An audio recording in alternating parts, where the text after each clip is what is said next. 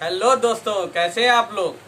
चलिए, तो last lecture हम लोगों ने क्या देखा था। टॉट में हम लोगों ने देखा था वाइकेरियस लायबिलिटी, ठीक है, जिसमें हम लोगों ने मास्टर सर्वेंट पढ़ा था, ठीक है, कि vicarious liability of master for the act of servant, जिसमें हम लोग दो मैक्सिम भी देखी थी। कौन कौन सी? एक तो वाली रेस्पोंडेंट सुपीरियर, जिसका मतलब था let the principal be liable. दूसरी कोई फैसिट पर एनियम फैसिट पर से, याद रखिएगा, इम्पोर्टेंट हैं। चलिए, तो आज हम लोग देख रहे हैं वाइकेरियस लायबिलिटी ऑफ स्टेट। क्या होता है भाई, बताइए।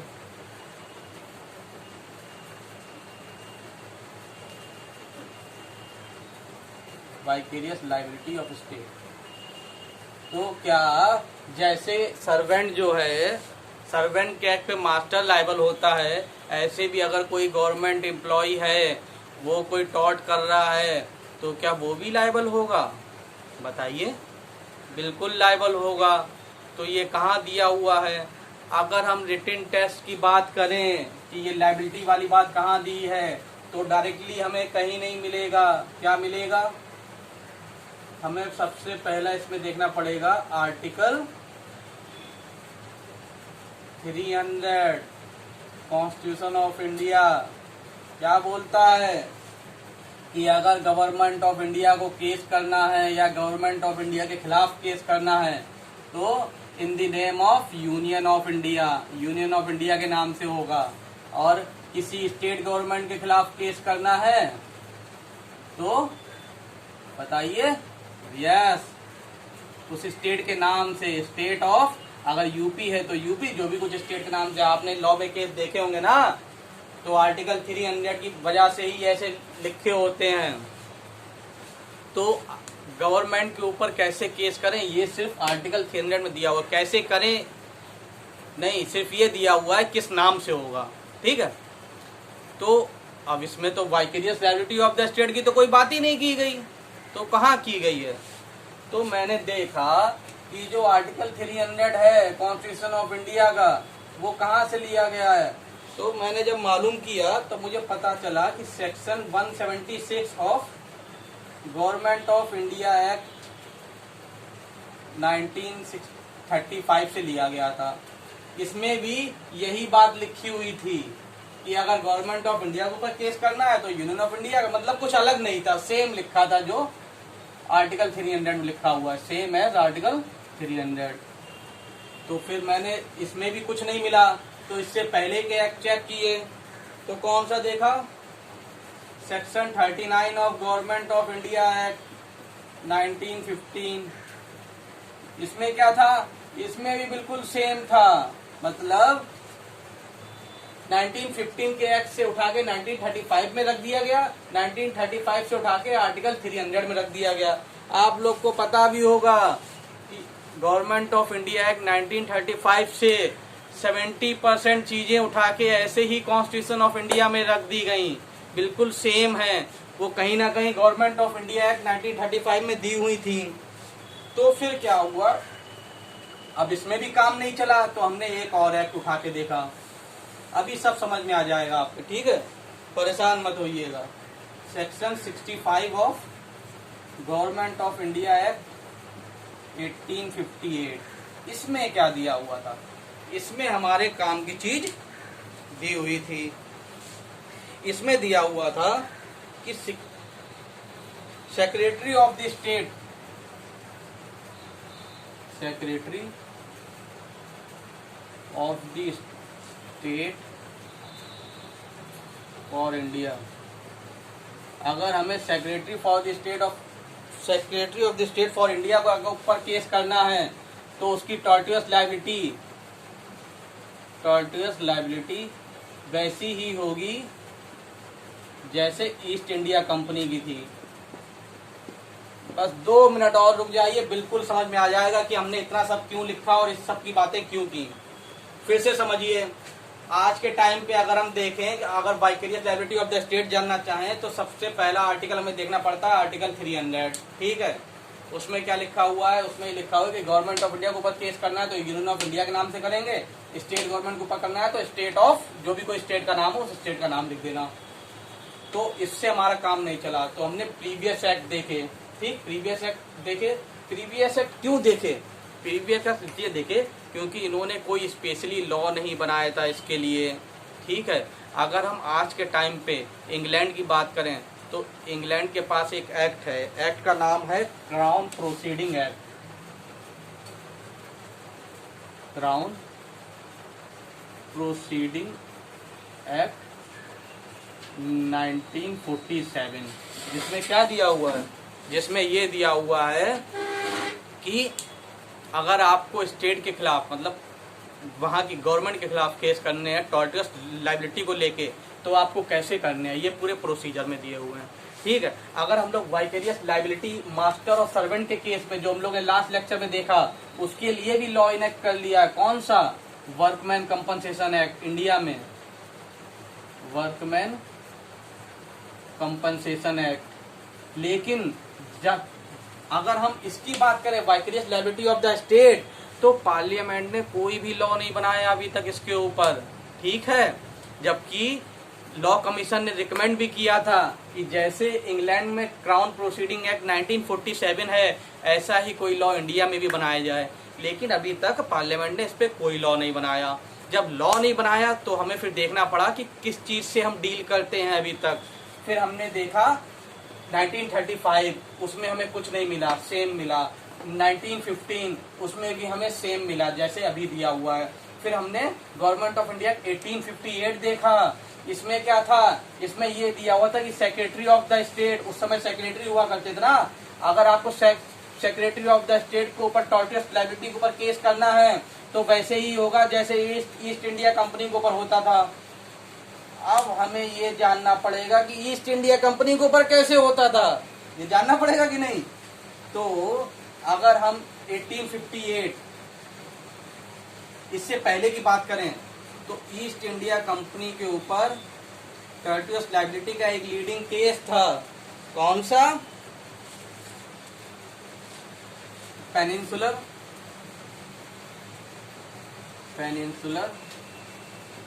ओरिएंटल स्टीम नेविगेशन कंपनी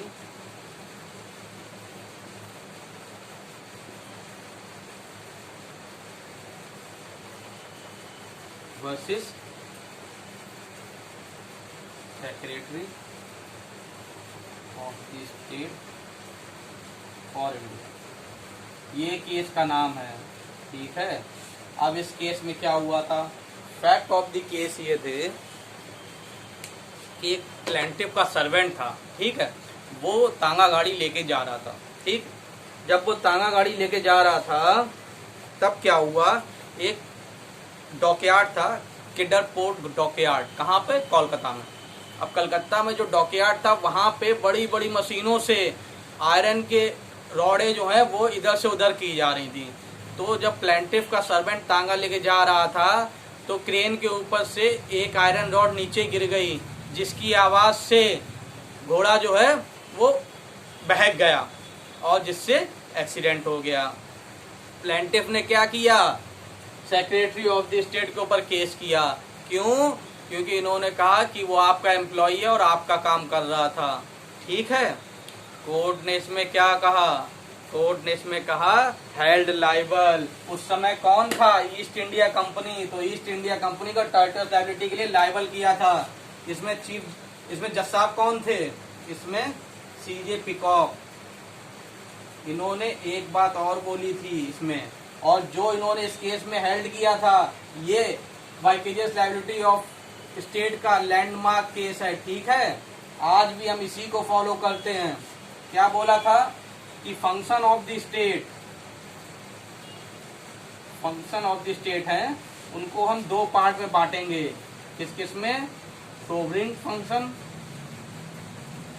और नॉन सोवरिन। ठीक है, अगर फिर इसमें जज साहब ने ये बोला, पिकॉक साहब ने, कि देखिए अगर सर्वेंट सोवरिन फंक्शन कर रहा है तो वो टॉर्टियस लायबिलिटी के लिए लायबल नहीं होगा, नॉट लायबल। ठीक, अगर वो नॉन सोवरिन फंक्शन कर रहा है तो वो टॉर्टियस लायबिलिटी के लिए लायबल हो जाएगा। और इस केस में peninsular oriental steam navigation company में वो कोई सोवरिंग फंक्शन थोड़े कर रहा था, वो तो डॉकयार्ड में केवल आयरन रॉड इधर से उधर कर रहा था, उसमें लॉस होता है तो उन्होंने कहा ईस्ट इंडिया कंपनी को कंपनसेशन देना पड़ेगा। तो यहाँ से इस पॉइंट से हम लोग को ये मिला कि कैसे vicarious liability of the state हम लोग आज के टाइम पे डील करते हैं। तो जो peninsular oriental steam navigation case में जस्टिस पीकॉक साहब ने बोला वही आज तक चलता आ रहा है। ठीक है, अब इसके बाद कौन सा केस आया, इसके बाद State of Rajasthan versus Vidyawati, State of Rajasthan versus Vidyawati. ये पहला ऐसा केस था, फर्स्ट केस था जिसे इस टॉपिक पे फर्स्ट केस था जिसे इंडिपेंडेंस के बाद सुप्रीम कोर्ट ने पहली बार किसी ऐसे टॉपिक पे डील किया हो। इसमें क्या हुआ था, इसमें ये हुआ था कि कलेक्टर साहब थे, उनका एक ड्राइवर था, ठीक है, तो उनका ड्राइवर उनकी जीप को वर्कशॉप से उनको लेने जा रहा था उनके ऑफिस। क्या था, कलेक्टर साहब का ड्राइवर उनकी जीप से किसे, कलेक्टर साहब को लेने वर्कशॉप से जा रहा था ऑफिस उनके। उसी बीच रास्ते में उसने एक आदमी का एक्सीडेंट कर दिया, उसकी डेथ हो जाती है, उसकी वाइफ केस करती है। बताइए लायबल होगा कि नहीं? बिल्कुल लायबल होगा, क्योंकि हम भी नॉन सोवरिंग फंक्शन को फॉलो करते हैं। इसमें कोर्ट ने कहा क्योंकि वो नॉन सोवरिंग फंक्शन कर रहा था इसलिए स्टेट लायबल।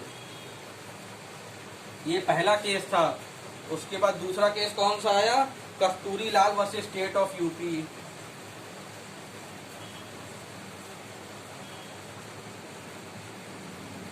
अब इसमें क्या हुआ था भाई, इसमें क्या हुआ था, एक पुलिस वाले ने एक आदमी को अरेस्ट किया था और उसके पास सोना और चांदी ये दोनों चीजें बरामद की थी। तो उसने वो दोनों चीजें कहाँ रख दी, माल खाने में, जहाँ पे स्टोर रूम में रखी जाती हैं। अब क्या हुआ, बाद में वो केस चला तब पता चला कि वो उसी का सोना था और उसके पास सारे कागज हैं। तो जब वो सोना छुड़ाने गया उससे पहले ही एक कांस्टेबल उस माल खाने से वो सोना और वो चांदी दोनों चुरा के पाकिस्तान भाग गया। अब बताइए इसमें लायबल होगा कि नहीं, बताइए। इस केस में कोर्ट ने बोला स्टेट नॉट लायबल।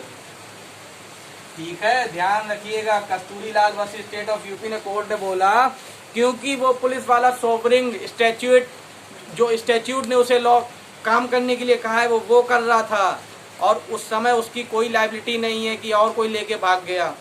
अब सिचुएशन चेंज हो गई है, लेकिन ये केस कब का है, ये केस आपका 1965 के आसपास का है। यस 1965 का केस था ना, ये वाला 1963 का था। तो उस समय क्या था, उस समय कोर्ट ने कहा कस्तूरी लाल वर्सेस स्टेट ऑफ यूपी में कि क्योंकि वो सोवरिंग फंक्शन कर रहा था इसलिए भाई जो स्टैट्यूट ने काम दिया है वही वो कर रहा है तो वो सोवरिंग फंक्शन ही तो होगा, और सोवरिंग फंक्शन था इसलिए वो लायबल नहीं है। चलिए अब इसके बाद कुछ केसेस हम लोग को और देखने हैं जो सोवरिंग फंक्शन के नॉन सोवरिंग फंक्शन में आते हैं, वो देखते हैं। पहले बिठा दें इसको, समझ में आ रहा है आप लोगों के? चलिए आ ही रहा होगा भाई।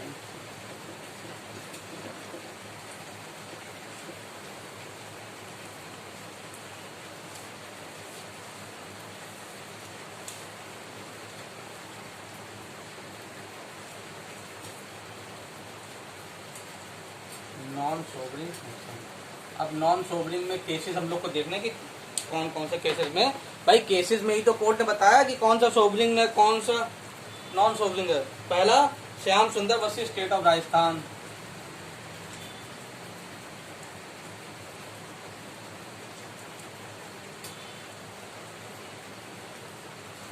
State of Rajasthan. और कौन सा देखना है हमें, और हमें देखना है इकबाल कौर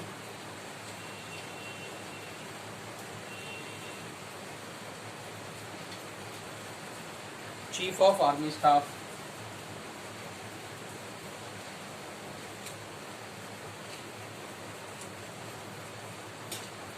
और कौन सा देखें, Ruplal versus union of India. Ruplal हम लोग ने लास्ट लेक्चर में भी पढ़ा था, याद करिए। Union of India versus Savita Verma.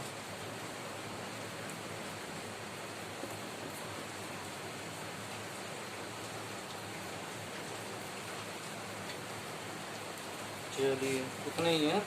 चलिए अब देखते हैं, ये हम लोग देख रहे हैं कि नॉन सोवरिन फंक्शन होगा, जैसे कि पेनिनसुलर वाले केस में जस्टिस पिकॉक ने बोला था कि अगर नॉन सोवरिन फंक्शन होगा तो स्टेट लायबल हो जाएगी। उस समय ईस्ट इंडिया कंपनी लायबल हुई थी, अब ईस्ट इंडिया कंपनी की जगह अब कौन है, स्टेट है, तो स्टेट लायबल होगा। चलिए, तो श्याम सुंदर वर्सेस स्टेट ऑफ राजस्थान में क्या हुआ था। श्याम सुंदर वर्सेस स्टेट ऑफ राजस्थान में एक ट्रक था, वो फैमाइन रिलीफ वर्क में एंगेज था। ठीक है, एक ट्रक फैमाइन रिलीफ वर्क में एंगेज था, उस समय वो एक्सीडेंट कर देता है, कोर्ट कहती है लायबल। यहाँ पे जब भी हम लायबल की बात करें तो हम स्टेट के लायबल होने की बात कर रहे हैं। दूसरा इकबाल कौर, तो इकबाल कौर केस में क्या हुआ था। इकबाल कौर केस में ये हुआ था कि एक ट्रक आर्मी जवान को ट्रेनिंग के लिए लेके जा रहा था और उससे एक्सीडेंट हो जाता है। कोर्ट कहती है नॉन सोवरिन फंक्शन है, गवर्नमेंट लायबल होगी। Ruplal versus union of India, ये केस मैं आपको पहले पढ़ा भी चुका हूँ, कमेंट करके बताइएगा कहाँ पे पढ़ाया है। Ruplal versus union of India में क्या होता है, मिलिट्री जवान होते हैं, वो एक जगह रात में टेंट लगा के रुकते हैं, तो वहां पर वो क्या करते हैं, प्लेंटिफ के प्रॉपर्टी से लकड़ी ले जाके और वो रात में उसे जलाते हैं। ठीक, प्लेंटिफ केस करता है, कोर्ट कहती है स्टेट गवर्नमेंट लायबल। ठीक है, क्योंकि वो भी नॉन सोवरिन फंक्शन है। Union of India versus Savita Verma, Savita Verma case में क्या हुआ था, इसमें यस जो ट्रक था वो मिलिट्री जवान को लेके स्टेशन से लेके और कैंप तक, हेडक्वार्टर तक लेके जा रहा था। ठीक है, एक ट्रक मिलिट्री जवान को लेके रेलवे स्टेशन से हेडक्वार्टर तक लेके जा रहा था, बीच में एक्सीडेंट कर देता है, क्या होगा, ऑब्वियसली लायबल होगा। इन सब में बताया है कोर्ट ने कब कब नॉन सोवरिन फंक्शन में ये लायबल होते हैं। ठीक है, अब क्या है, चलिए, लेकिन कुछ रीसेंट ट्रेंड ऐसा आ गया है, रीसेंट ट्रेंड देखते हैं। अब थोड़ा चेंज हो गया है, जैसे कि मैंने आपको बताया था अभी कि उसमें कौन से केस में, कस्तूरी लाल वर्सेस स्टेट ऑफ यूपी में स्टेट लायबल नहीं होता है। लेकिन अब जो है, अगर रीसेंट ट्रेंड की हम लोग बात करें या new concept,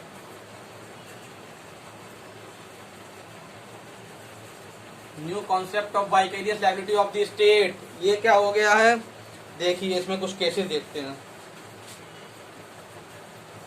state of Rajasthan versus Memon Mohammad, Memon Mohammad,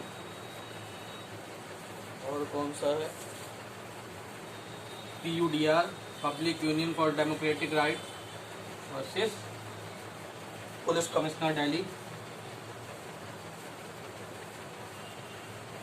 police commissioner Delhi, और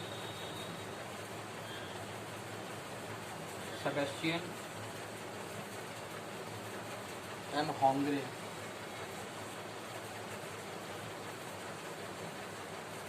वर्सेस यूनियन ऑफ इंडिया,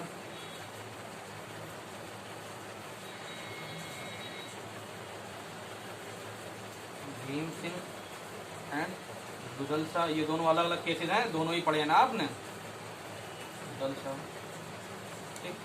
एक बहुत इंपॉर्टेंट केस, इसका नाम है Nagendra Rao, Nagendra Rao and company versus state of Andhra Pradesh. देखिए इसमें ये बहुत इंपॉर्टेंट है, ठीक है। चलिए देखते हैं अब सारे केस, हम लोग यहाँ से देखना है ना। न्यू कॉन्सेप्ट क्या हुआ। अब भाई हमेशा ऐसे थोड़े स्टेट को नॉट लायबल बोलेंगे, ठीक है। ये तो नॉन सोवरिंग फंक्शन, अगर मान लीजिए सोवरिंग फंक्शन करता है फिर भी अगर गवर्नमेंट सर्वेंट कोई टॉर्ट कमिट करता है during the course of his employment, तो क्या उसकी कोई लायबिलिटी नहीं होगी।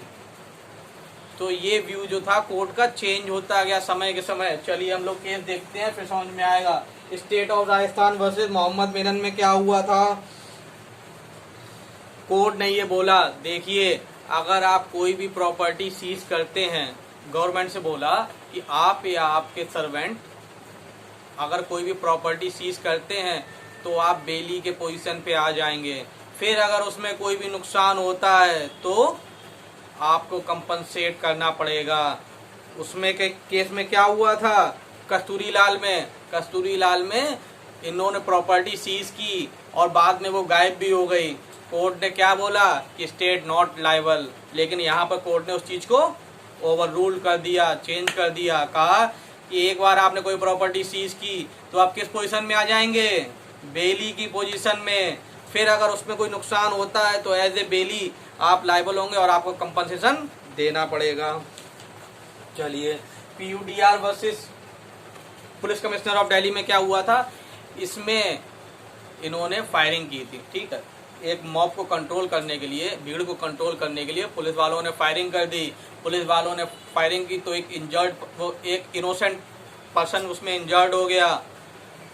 तो कोर्ट ने बोला कि जरूर वो अपना सोवरिंग फंक्शन कर रहे थे, लेकिन फिर भी एक इनोसेंट पर्सन इंजर्ड हुआ है, आपको कंपनसेशन देना पड़ेगा, ठीक है। अब कौन सा है, Sebastian M Hongray versus union of India. इसमें क्या हुआ था, मिलिट्री वालों ने 2 लोगों को रिमांड में लिया था, ठीक है, अपनी कस्टडी में लिया था। अब वो वहां से कहीं गायब हो गए। 2 लोगों को कस्टडी में लिया था, अब वो वहां से गायब हो गए। कोर्ट ने कहा एग्जाम्पलरी डैमेज देना पड़ेगा, ऐसे कैसे गायब हो गए वहां से, ठीक है, आप लायबल हैं। चलिए भीम सिंह और रुदल शाह, ये दोनों केस आप पहले पढ़ चुके हैं। दोनों केसेस में क्या हुआ था भाई, वो अपना सोवरिंग फंक्शन ही कर रहे थे, जो स्टैट्यूट ने उन्हें पावर दी है उसी को इस्तेमाल कर रहे थे। भीम सिंह में उसे रोका गया था और रुदल शाह में उसे जेल में रखा गया था। इन दोनों केसेस में कोर्ट ने क्या किया, एग्जाम्पलरी डैमेज दिया, ठीक है। क्या कहा कि भाई आप सोवरिंग फंक्शन भले ही कर रहे हो, लेकिन टॉर्ट कमिट हुआ है, उसके राइट का वॉयलेशन हुआ है, आपको कंपनसेशन देना पड़ेगा। सो भी इन दोनों में एग्जाम्पलरी डैमेज दिया गया था, ठीक है। अब Nagendra Rao and company versus state of Andhra Pradesh, इसमें क्या हुआ था, इसमें कोर्ट ने बोला देखिए अब जो है सोवरिंग और नॉन सोवरिंग वाली बात जो पेनिनसुलर वाले केस में की गई थी ना, अब सोवरिंग और नॉन सोवरिंग डाइल्यूट हो चुका है। अब sovereign based to the people, अब सोवरिंग जो है वो केवल पीपल है, समझे कि नहीं। अब दोनों चीजें डाइल्यूट हो चुकी हैं। अब चाहे आप सोवरिंग फंक्शन करें चाहे नॉन सोवरिंग फंक्शन करें, अगर आपके पार्ट पे टेरिटोरियल लायबिलिटी हो रही है तो आप state vicarious liability of the state के अंडर लायबल होगा और आपको कंपनसेशन भी देना पड़ेगा। इस केस में क्या हुआ था, इस केस में भी उसने जो है अपने उसकी प्रॉपर्टी सीज कर ली गई थी, ठीक है। तो बाद में जब वो केस जीत के आया तब उसने देखा कि माल खाने में मेरी प्रॉपर्टी आधी ज़्यादा गायब हो गई है, बर्बाद हो गई है, ठीक है। तो उसने केस किया था, तो कोर्ट ने उसे डैमेज स्टेट गवर्नमेंट को देने के लिए कहा था। समझ में आए कि नहीं। चलिए अब हम लोग अगला क्या पढ़ेंगे, जॉइंट टॉर्ट फीडर पढ़ेंगे। अगर आपको कुछ भी समझ में नहीं आता है तो आप मुझे कमेंट करके ज़रूर बताया करें, ठीक है, कि विशाल भाई ये टॉपिक समझ में नहीं आया या ये चीज़ समझ में नहीं आई। कोई सजेशन देना चाहें तो भी आप मुझे कमेंट करके ज़रूर बताएं, ठीक है। चलो थैंक यू।